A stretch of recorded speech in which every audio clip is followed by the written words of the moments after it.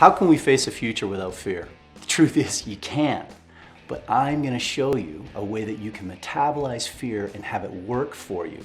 And then you can do things like I've done to overcome my own fears, like this. Like a bird on a wire, like a drunk in a midnight choir, I have tried in my way to be free. Is fear something that is troubling you, that is blocking you from performing in the ways that you want? Are you feeling anxiety with social interactions? Are you feeling worried to ask for things at work? Are you scared to step into a space that you really want to go to, but you're a little bit scared to get there? If that's the case, if there's something you want to do that you want to overcome, I got an acronym for dealing with fear that'll change your life. So stick with me to the end, and you're going to see how you can metabolize fear and make it your friend. Are you not entertained? Are you not entertained?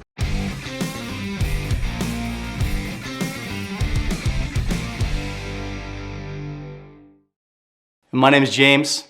I am a fear master, and I can guide you through fear without any problems. Stick with me. We're going to learn to have some fun. You may not know this, but a single cell amoeba, when it is attacked or feeling threatened for its life, it will pull away from whatever it is that is approaching it. And that is at the cellular level. So when we are facing fear in our life, we are born. It is a survival thing. It is a blunt instrument to keep us alive.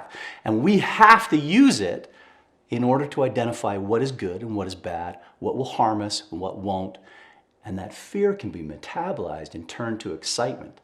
Interestingly, in your brain, the amygdala, which is the center for your fear, it sits right on top of the reptilian part of your brain, it will process whatever you're feeling. And you get to decide, am I going to face this with fear or am I going to face this with excitement? Now, a little bit of fear never hurt anybody. We kind of like that, right? That's why we like horror movies. That's why we like The Walking Dead. All of these things that kind of ignite us with this survivalistic feeling that goes within us. But then we have simple things like singing in front of people. That was a big fear for me. And when I was a kid, when I was 7, my mom called me up. I was at school and I had to go to the office, and she said, I'd like you to come. We'll get you out of school today, and you can go and sing at a funeral. It'll take 30 minutes and you can get out of school for the rest of the day. And I'm like, I'm not singing at a funeral. And she's like, well, I'll have a group of kids there. You won't sing alone. I'm like, okay, I'll do that. Get out of school for a day. So I did. I went, and the funeral was on the Indian reservation in my little town in Canada. And it was obvious when we arrived that we were not invited. My mom liked to kind of reach out and help people in ways that sometimes they didn't. She's very good at helping, but in this case, was not welcomed. And everyone felt it. And when the time came to sing, none of the kids would get up and sing. But this was my mom. I did not have the courage to say, no, I'm not going to sing. And I sang. And the impact of that on me was residual. And I was terrified to sing for decades. So much so that if I was singing even in a choir, I couldn't hold the sheet music because I would shake so bad that I couldn't hold the music as we performed. But I loved to sing and I wanted to sing. And I didn't know what to do to get over it. So what I did is I began to practice. And I have a thing called BRAVE. It's an acronym. And the first thing that I do is I boldly admit that I am afraid. And when I admit that I'm afraid, and if I have a desire to get through that fear, I can now manage it. Recognizing the emotion, just actually acknowledging that it exists, is something that allows you to deal with it, process it. Once you've done that, then what you do is you recognize where you are brave in your life. And I had spaces where I was very brave. In physical activities, I don't have a lot of fear.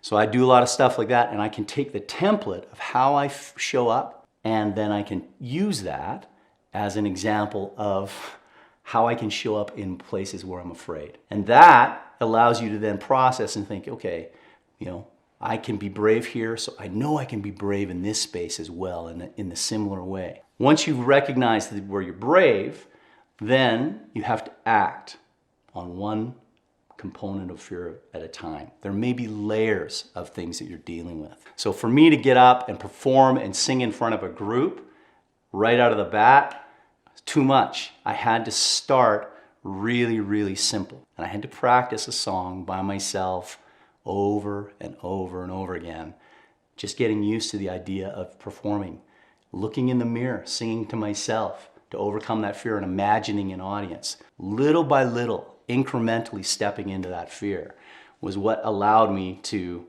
move ahead. So you act on just one thing at a time. Then what you do is you verify the worst possible scenario. What is the worst thing that could happen if everything completely crashes? You shit the bed, you get up there, you sing, and everything falls apart. You're off key, you forget the words, everyone hates you. What's the worst possible scenario? If you can live with that, the worst case scenario, if you can live with it, you can go ahead and move ahead. You can decide, I'm okay, I'll survive this. And for me, looking at it, I was like, it's just embarrassment. I can handle embarrassment. I can live with that. So I would practice to get myself ready. Then what I would do is I would extend the final stage of brave, is extending your ability to tolerate that space of fear, exposing yourself to it for longer and longer durations of time. So once I had practiced my song enough, when I was first deciding to sing in front of people, I then went and I would practice in front of one person. I'd sing the song to them and I'd shake, it would be terrifying. In fact, I did this when I was living in Nice doing my MBA, and they had an open mic night, and the open mic, they had a house band, and they would bring people in, and the house band would warm everybody up, and then you would go up and you would sing. And if the house band liked you, they'd actually back you up. They had lead guitarists, backup vocals, piano, drums. It was amazing. And they'd make these guys sound great. If they didn't like you, at the end of your song, they'd politely applaud and ask you to go sit down. So I really wanted them to back me up. I thought it'd be awesome, but I was prepared for them to just ask me to sit down. And so I played the song Wicked Game by Chris Isaak because it's 3 chords. Simple, simple song. I never dreamed that I thought if I can do this, that'd be a huge thing. And I went to that open mic night and I sat there and I was nervous, really nervous, but I'd practiced hard and I had practiced in front of people and I was ready as I could be. And I got up there and I was shaking. I remember my hands were shaking as I was doing the guitar chords, and I started to play. And then I heard the sound of the band joining me. And all my fear went away while they joined me. And I heard this music that was better than anything I could do because these guys were real musicians. And I was exhilarated by facing a fear that I had spent decades, literally decades, being unable to process. And I was able to do something that now brings me a lot of joy. And I sing in front of people all the time. It's part of my barriers of breaking fear down. And this is something that you can do in every aspect of your life. You want to learn how to ask a girl out? You can do this.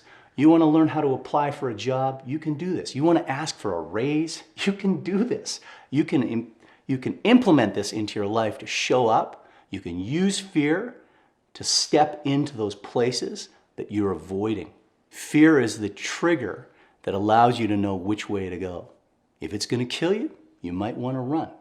If it's not, you might want to process it, get excited, own it, and face a new space with excitement, joy, and creativity. That's why you don't want to get rid of fear. It's your friend.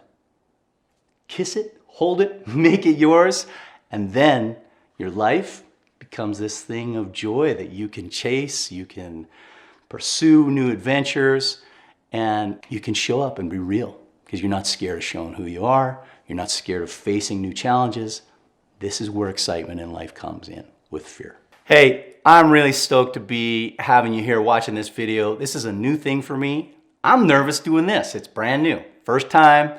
So if you like what you're hearing, go ahead, like the video, subscribe. So make sure you check out all the other videos that I have on the channel. If this doesn't scare you, you should be my friend. I would like to test your limits and see what we can unleash in you.